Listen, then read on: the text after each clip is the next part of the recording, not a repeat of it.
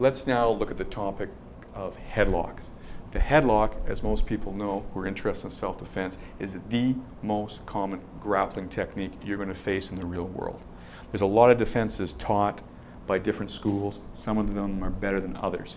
What I want to do is give you a breakdown here, a conceptual package, so you can understand where your headlock defense fits in this framework. It's a really simple idea, but it helps me organize my material, and you'll be able to see, if you know some defenses, where exactly they fit in. And the way I'm going to instruct the headlock defense portion is following these guidelines.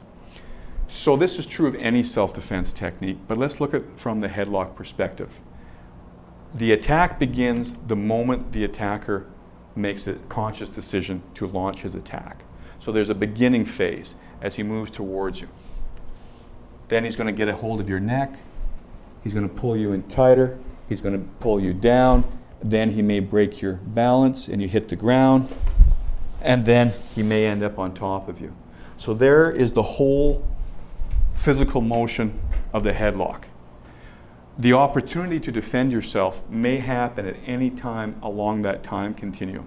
Obviously, some positions are more difficult than others.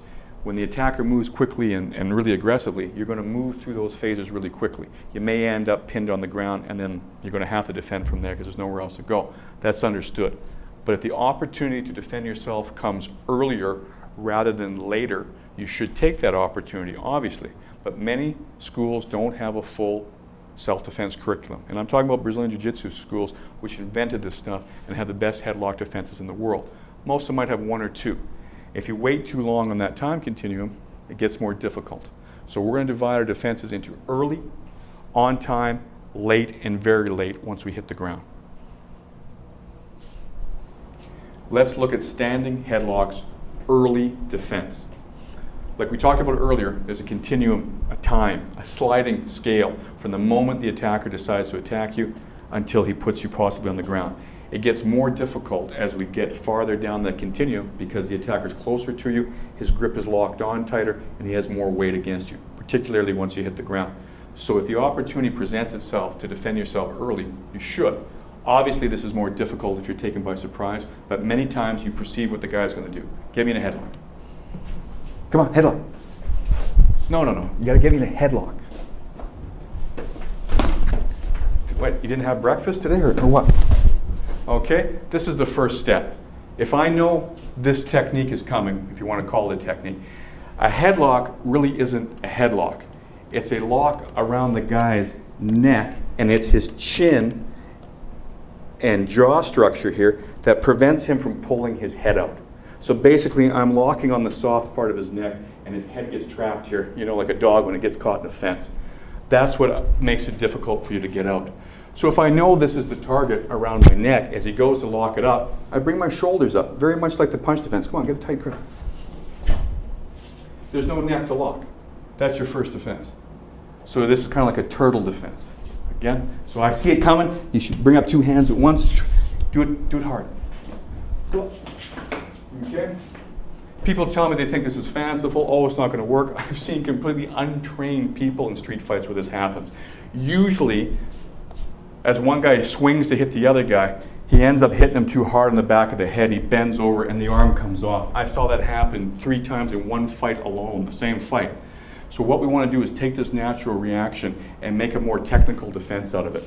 Like before, you never want to have your body bent, especially 90 degrees to the floor. You're about as unbalanced standing as you can be. So the difference is I want to make sure, once again, that I'm changing levels from the legs. The first part of it is take the target area away. Grab. As long as my shoulders are up, it keeps this hole a lot more open. You can pull as tight as you want. There's going to be enough space to get my head out. And I get my head out by bending my legs. That's our first defense. You can call that the gopher. You can call it the turtle, the Ed Sullivan if you're old enough to remember him. The whole idea is use that natural flinch reaction to bring your shoulders up. All right, let's look at the next step along this time continuum. Maybe the guy gets his arm around my neck, but his hands maybe aren't yet together, or more importantly, he hasn't pulled my head down. This is really important.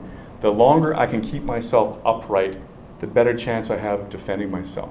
So as he goes to pull me down, I want to put my hips behind his. It's a really simple idea.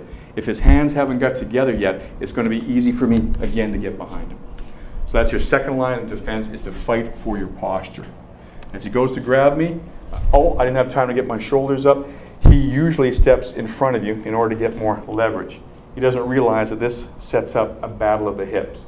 If he pulls my head down, it makes my butt come out, and it's very difficult for me to get any forward hip pressure. So if I'm going to use hip pressure to defend myself, I have to do it early. A good place to go is here on his shoulder, because it's a natural place to go as he steps in front of you. I want to pull his shoulder back and jam my hips as hard as I can. Now if I'm able to unbalance him really badly, I can just step back. He's going to lose his balance.